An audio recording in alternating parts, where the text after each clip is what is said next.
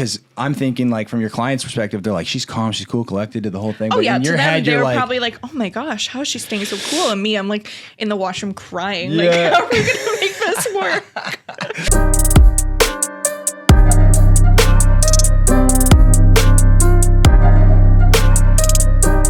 Welcome to another episode of Here We Grow. Today I have my good friend from Belleville, Bell Vegas, Ontario, domthebomb.com. What's going on? I'm good. How are you? The look of disappointment when I joke around. Dom's like a lot more serious than me, and I feel like I get joking around and it's just like this look of like, how dare you? I know. Yeah. That's kind of a running joke. Yeah. So first, I mean, I think an important touch point here is like how we kind of met, which was mostly like through social media. And I think that when people ask me, like somebody was asking me on the golf course yesterday about, social media and how it's helping me sell more properties. And it's, one of the many pillars that's important in our business. But what I think is actually probably like the majority of, where I see its value is the opportunity to connect with other like-minded realtors, right? Totally. Like there's no hiding on, who's doing actual production and putting good content out there. Right. And, that's how we connected. And then obviously like our referrals have been great over the years. So, So introduce yourself, talk about your first couple of years, like your story and getting into real estate. And let's start all the way back. Okay. So I'm Dominique, obviously. Great to meet you. Yeah. I primarily work in Hastings, Prince Edward County. So it's not just Belleville. My office is out of Belleville, eCourt Realty. But I service Belleville, Napanee. I think Napanee is actually how we started connecting. Because as soon as I had clients going further than that, then I was like, it's really not my territory. Should I be doing this? And when you're new, you want to take on kind of like whatever you can get. So I would be driving to Kingston sometimes. And then I'm like, what am I doing? Yeah, what am I doing? So anyway, I go as far as Napanee. I do a bit in the county. I actually grew up in Picton. So okay. I do a bit of work in Picton, but mostly Belleville, Quinte West, and then north of Belleville. So, and how long have you been selling for now? 5 years. Okay. And because when you started out or whatever, it seemed like you took off pretty fast. So what kind of things do you think contributed to your early success in the business? It sounds like you're a natural born salesperson because I know you talk about yeah. And I mean, I don't even love thinking of myself as a salesperson. I feel like, people hire me because of me. Mm-hmm. Like I'm just a very authentic person. Everything people see, it's like, it's me. Mm-hmm. So when they're coming to me, they're connecting with me. It's because of my personality. I'm not like pushing sales. I'm never like I did used to door knock when I was starting. Right. But cold calls and that kind of thing is just not me. You. And that's fine. I know a lot of people have been really successful doing methods like that. But for me, it's just, I feel like I organically attract a lot of people because they just find me like a helpful, resourceful person. So. Making a genuine connection. I feel like that is like the backbone of our business always. Mm-hmm. It's repeat and referral business. And, like you said, being genuine and finding that genuine connection with people is so important. But so now over the past few years, you've now you're at the point where you've had to leverage yourself and bring on some team members. So yes. What does that team structure look like? And I don't know, talk a bit about that. So I did start off with 2 girls. I now have 1, and she's amazing, Nicole. Yeah. Shout out Nicole. Yeah. And she's amazing. She has taken all the best qualities I think that I have, as well as, she brings a lot to the table as well. She's very, structured, organized, very much like me. Yeah. So very I love organized. Those. Yes. Yeah. Us doing a deal together, it's like.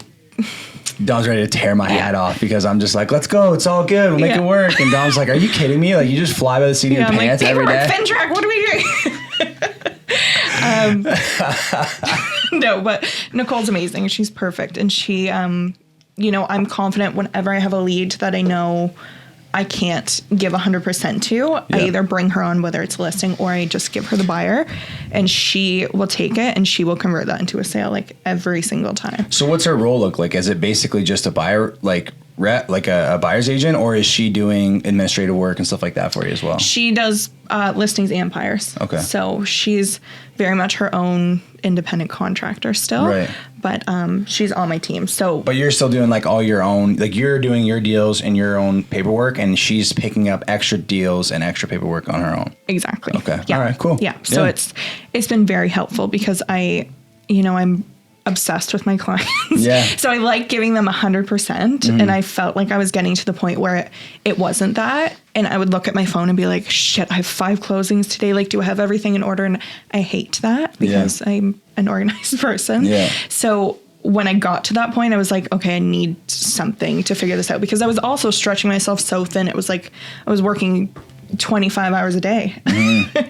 So when it gets to that point, it's like, you have to make a decision. You have to make a decision. It's so like, I mean, obviously our kind of career paths have kind of been very similar. We're very competitive in that nature, but, I was basically at the same point too with bringing on Trevor now. It's like, you get to a certain point where you can only sacrifice your time so much. Yeah. And you have to at some point go, okay, like, because of what you started with, this whole thing, you said like it's, value and being genuine to yourself and with your clients and giving them the, the most respect that you can. And at a certain point, you just don't have enough hours in the day to give them, the time that they actually need. Exactly. So, I think, I had a coach tell me one time, the hardest thing to do is fire yourself, because you believe, obviously you do believe, you wouldn't be here and, where you've gotten in your career without doing this, but it's like you believe that you're the best at what you do. Yeah. So it's difficult to be like, I have to bring somebody else on in order to better serve my clients when you think like I'm the best thing for my clients, right? But so I guess that's a good point though, is like then it becomes, how do you duplicate yourself? How do you train somebody to, go about the transaction like you do? And that's really hard too, is finding like everybody has completely different personalities, and that's great. And that's why we all have different clients. But like, then you have to think, okay, how can I bring someone on who's still going to attract the clients that I want? Right. So that's another huge discussion. So how was that like bringing her on early on? Because the other thing is there's a huge time commitment in training them. Yes. So how did that look for you? And how, did you find it was a lot of extra work? Because I know I did, in structuring like, here's how I'm going to train you to make sure that I'm duplicating myself. Yeah. So it was a lot at first for sure. Nicole specifically was a very quick learner. So I feel like, transactionally wise, like all of the paperwork and stuff, she picked up on that really, really quick. But, there are things that you have to literally go and do and show people to be able to do them successfully, like listing appointments, meeting with buyers, them overhearing those conversations. Like those are things you have to have in-person training. So for sure it was a lot at first, but we started in the winter, last winter. So good time. That was amazing because it was kind of a slower time. And I actually put her on like a $100,000 listing with me. Nice. So it was perfect practice because it was just, it was like a tiny, strange house in the middle of nowhere. Oh, it was a house? It was a house. $100,000 It was a house. Yeah. Tell us more about this house. I don't know if you could call it a house. Did it have to be torn down or was it livable? That's like it would have to be torn down for sure. Okay. Like didn't have a toilet. I think they used like buckets for a washroom and stuff. So it was interesting. So that was great. Great learning curve for her there. Here you go. Like you can't mess this one up. So go ahead. Yeah. It was actually, it ended up being really complicated though, because there were mortgages like liened to the property that had fallen off. So they couldn't find them. So when it came to closing, I think it took 3 months to close that deal. Wow. Yeah. It's funny too, because it's like, I find it's always the little deals that cause the most headaches. Like there's way more to figure out. Always. And it seems like there's way more hiccups, but, so what, I mean, transitioning to like, you're talking about, how you're trying to make her the best realtor that she can be. Yes. This is a question I really like to ask on the podcast is, what do you think makes a good realtor? I find everybody's got a different answer. Yeah. I feel like I kind of knew you were going to ask me that. So I've been thinking about this, but I feel like it's a really hard question. Because you can make it as simple or as complicated as you want answering this. Go deep. And I feel like, yes, you know me, I'm going to go deep. So I feel like, the most important thing is being you and being authentic, and you will attract like-minded people.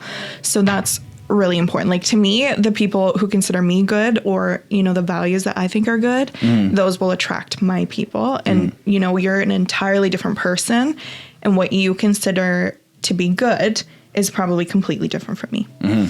So I wouldn't say there's like a very specific recipe that kind of gets you to this ideal, perfect realtor. But, you know, some values that are important to me are like empathy is huge. I feel like I'm a very empathetic person. So if, you know, I ever have a deal and there's something that's going wrong, or even just meeting them and they're like, we have to sell because blah, blah, blah. Then I'm like sobbing. Yeah. Okay, we have to figure this out. And that, you know, puts a lot of discipline and dedication on me, because then I want to take this from A to Z and I want to do the absolute best job I can because of that. Right. So I feel like that's what makes me good. You know, whereas you, like, you're super funny, you're chatty, you love to talk and go out and do things and socialize. So for you, you're probably great at like meeting new people and, you know, getting a lot of new clients. So I think that would make you good. I don't think that like empathy is my strong suit. No. I feel like it's like, here's how we're going to get the deal done. Like I get, my thing is like, it's not that I'm not empathetic, but I think the way that I look at it is like, you're hiring me to get a job done. I'm here to get the job done. Yes. It's like I am chatty and you know, I like to joke around and stuff too, but at the same point it's like I'm here, you're hiring me to do a job and I'm here to do it. Like, let's go get it done. Let me go to work and get it done for you. It's more of like I guess like a business relationship, and then I'm like, let's be friends later. Let me go sell the house first. And you know, let's be friends later, because and then this goes into what I was going to say too, is like part of you know, what you were saying about, you know, attracting the right client is sometimes you end up attracting the wrong client. So I find if I'm too empathetic up front, it's like the movie Moneyball. I watched they talk about like how the guy is like the manager for like a big MLB team, the Oakland A's. And he's like, I don't ever meet the players because if I got to cut them, I don't want to have this like emotional whatever. And it's not that you don't want to be like emotional with your clients, but there comes a time, which is what you're talking about, where you maybe somehow attract the wrong, you know, somebody that doesn't really align with your personalities. And, you know, you talked about before we went live, like sometimes you got to let a client go. So talk about that, because I haven't had to do that a whole lot. There's been a few times in my career where I've been like, we're not a good fit. What's kind of like your determining factors to be like to a client, like, I don't think this is working out? Like, I'm a very empathetic person, but I also don't deal with shit. So like if somebody is like using that against me and I can tell that, you know, they're trying to play a victim or, you know, pull some sort of card that makes me feel bad, then I do not tolerate that at all. So it just came to a point where it was very unhealthy and like almost abusive. And if I know I'm sitting there at night thinking about this client and stressed that they're going to be messaging me first thing in the morning with something like toxic, then I was like, screw that. Like I don't need that. I have 100 other clients that are amazing and love me. Why am I going to stress about you who's an asshole? It's a difficult thing to do though, right? Because like so many people, like you said, especially when you're early in your career and you're not doing that, I think the goal should be that you get your business to the point where you can say that, like, I have 100 other clients that are super happy and, you know, you're respectful to me and everything else. In those first couple of years, like I disrespected myself a few times where I was like, God damn, I can't wait to get these guys, you know, you know, sell them a house or whatever. So it's very easy to do that, right? Like we get well compensated for what we do. It's like easy. I feel like you also learn that quality very early on in your career though, because you do take on, you know, kind of anything you can get. So you, like, the first year is very traumatizing because you know, you get whatever you can get. So that's also when I feel like you learn though what kind of your niche is and the people you want to deal with and the people you don't necessarily want to work with or don't work well with your personalities. So the other thing I was going to try to draw out of you here today is like, and I know you were like, I don't know if I got anything, but I like to, you know, the whole point of this podcast originally was like, how can we bring knowledge to realtors and people that are potentially buying and selling real estate, and, you know, young entrepreneurs that have that kind of growth mindset is the way we named it Here We Grow. But when we first started doing this, I was like, I kind of want to shift that to more so like the conversations that we have at a bar or the conversations that realtors have that people don't necessarily hear. We're like, holy shit, you wouldn't believe, you know, some of the stuff that we've done. So I was trying to think of like a story that we might have in common. I was thinking about, so the listing that we sold together, we co-listed, had horses, and we had a couple interactions with those horses. And so I was like, another showing that I had done talking about, you know, stretching really far. I don't remember even where I was, but I went really, really, really far for a showing at one point. Right. And I was like, and the clients were like very new to me, and I was like maybe a couple months into the business, and I'm going to show a farm, right? So now like, you know, like at this point, like, I mean, we didn't have much to pitch on that house. It was right. like, there's horses in a field. Like, right. I mean, take it, you know, right. It's like, but this was like a farm. Right. And so here I am trying to get all the questions answered that I could before I went. And so sure enough, they're like, my clients are like, we want to walk the field. So here I go, dressed as I am, to go show this field. And there's this fence line that goes all the way down the side of the field. And we like open the gate, we're walking in, there's nothing in the field. We're walking this fence line, And then I go to turn left, and there's a Clydesdale, like 5 feet away from me. Oh, and no. I don't know if you've seen those, like, they're like horses on steroids, basically. No. It's a giant horse. And so I'm looking up at this thing like, holy crap, like, is this thing going to run me over, or like, what am I going to do here?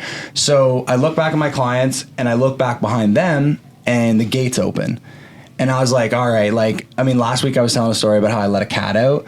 Oh no! I definitely didn't want to let. That's my biggest fear. Yeah, I hate that when as soon as you see in Realtor Remarks, do not let the cat out. Then you go in and you're like, okay, yeah, great kitchen, yeah, okay, where's the cat? Eyes on the cat all the time. Yeah, so I was like, I don't want to let a $50,000+ horse out of this place. Yeah. So I start like moving pretty quickly to get back to the fence. So I was like, I don't want to let a $50,000+ horse out of this place. Yeah. So I start like moving pretty quickly to get back to the fence, and my clients are like, whoa, what are you doing? I'm like, I gotta go shut the fence. Like, this thing's. So I turn around, and I guess if you run around horses, they'll like run with you and can potentially trample you. So this thing's like running behind me. And my clients, luckily, who are like farmers, were like, yo, you need to like stop, walk slowly. And so he's walking behind me, and I'm trying to like calmly walk to this thing. And I like in the nick of time just get there and shut the thing. And then he's towering over the fence, and I just got it shut in the nick of time. And I was like, oh my God, like that would have been the worst. Yeah. Cause your biggest fear is like letting a cat out. But I was like, if I let out this Clydesdale giant out of the horse. thing, Yeah. Cause last week I was telling too, like my favorite story is I let a cat in one time. It was like -40. Yeah. And the cat's like shivering in February. So I let him in, and I get a call after, and they're like, did you let the cat inside? And I was like, yeah. And they're like, well, that's not our cat. So apparently, and the crazy thing is Michelle Ellis, who was the other agent like I had on last week, was like, that was our listing. And the cat like tore apart the whole house. Oh no. Yeah. So that was a good one too. So that's crazy. Don't let them out, but also maybe don't let them in. Don't let them in. Yeah. Yeah. So anything come to mind you can think of crazy stuff you've seen? I feel like every transaction has like a little bit of crazy. Yeah. But I'd say maybe my very first buyer deal stands out to me. Not like there was nothing funny, crazy like that, but it was a lot. So I remember do you remember when they used to do the down payment assistance program? Yeah. So I looked so into that. I was like, okay, I'm really committed. Like I want someone to use this program. I had these buyers, super low budget. I think at the time it was probably like 150, 200. Right. Which sounds crazy to think. But it actually got somewhere. But that was a house. The first house I ever sold, I think, was like 180,000, and like it was standing up. Yeah, it was standing. So anyway, we got this, program all set up. Their finance was all arranged. It was really exciting to get to this point for them. And then closing day comes. Everything's going smoothly. I've like checked every single box. Note, it's also, so it was a Thursday of a long weekend. Okay. So banks, lawyers were closed Friday and Monday. Yeah. So, the lawyer transferred the funds to the wrong account. Oh no. Like they entered a number wrong, and it went to like in cyberspace. Oh no. So my clients were in a rental at the time too. So everything was in a U-Haul. Their lease was done. They were stranded. So I was like, okay, how can I problem solve this? Like, of course it's not my fault, but like you always feel like everything. Well, at least it's our job. You gotta. Yeah. I think that you gotta try to look after as much as you can in the transaction. I agree. Yeah. Totally. So I'm like, okay, how can I fix this? Like my clients are literally homeless. Oh. They can't afford to stay at the Ritz for 4 days. Like, what are we gonna do? So I was very young still, obviously a woman. it was a bit intimidating for me to try and play hardball with this lawyer. But I was like, okay, guys, you need to just go and stay somewhere for the weekend, go and buy clothes, because literally everything was packed. Like everything was packed in this U-Haul. They had to go buy clothes. They had to buy food for this whole long weekend. Meet me at the lawyer's office Tuesday morning with all your receipts. So I'm like, in my head, I'm like, I hope this fucking works. Holy shit. At the time too, I'm like, I don't have any money to front this. Like if they're screwed, like we're all screwed. So we show up there Tuesday morning, we go in and I'm like shaking. I'm like, okay, this is what we're going to do. Like you need to pay them back for this, and this. And he just took it. Like he was like, okay, yeah, I respect it. Well, yeah, we got it done. So that's crazy. That was crazy. You know what's funny is I feel like not a lot of people think about like what's going through our heads. Like, you know, props to you for pulling that off. But because I'm thinking like from your client's perspective, they're like, she's calm, she's cool, collected, did the whole thing. Oh, but yeah. in your To them, head, they're you're like, probably like, oh my gosh, how is she staying so cool? And me, I'm like in the washroom crying. Like, how are we going to make this work? Because, I think like my dad says this all the time. He's like, to be a good realtor, sometimes you have to be a leader. You need to be able to lead your clients, you know, to the finish line. And if you show doubt in your ability to get the transaction done, or your ability to look after them, what do they have to look to? Like, it's like they're looking to you to be like, at all times, it's all good, it's all good. So I can't even tell you how many times I've been like, it's all good. And then I hang up, I'm like, the fuck am I going to do? It's a very unhealthy mindset that we actually have to always be in. Like, it's so bizarre to always be like, yeah, it's great. And meanwhile, you're like, holy shit. You know, you're like doing CPR to try to keep the deal together. And it's so true. And you know what? Like, I think that, you know, one of the biggest misconceptions about our business is people think that we're like overcompensated. I know. Like, you know what? Don't get me wrong. There's been a handful of deals in my career where we list the house and we get it done and it's like a done deal and it's quick. And you know what? In those cases, maybe we are. But like our day to day of trying to salvage deals, trying to keep people's emotions in check. You know, when literally like this is their home that we're talking about. This is one of the most emotional things. It's everything to people. It's the biggest investment that they're going to make in their entire lives. And we are responsible for making sure that, you know, it goes together. So all fingers are pointed at us if something goes wrong. You know, and it's very stressful, right? It is. Yeah. So, all right. So, we're pretty much wrapping up here, but, we keep it like 20-ish minutes, like, you know, me and my attention span. So You're already racing out the door. One of the deals we're doing, I was like, blah, blah, blah, this and that. Like, I don't know. I got ADHD. I'm all over the map. And Dom just looks at me. She's like, I know. I was like, all right. I guess it's apparent. Is that a surprise? Like, do you think you're telling me new knowledge? Like, no. So, okay. So throw out where everybody can find your social media and stuff like that. And we're up. Yes. You can find me on Instagram, Dominique.real.estate, or McIntyre Vaughn & Co. is my team. We'd be happy to help you in anywhere, Hastings to Prince Edward County. Thanks for having me. Thanks for coming on. Okay. And we wrap every episode up by saying, here we grow. Yeah. Here we grow.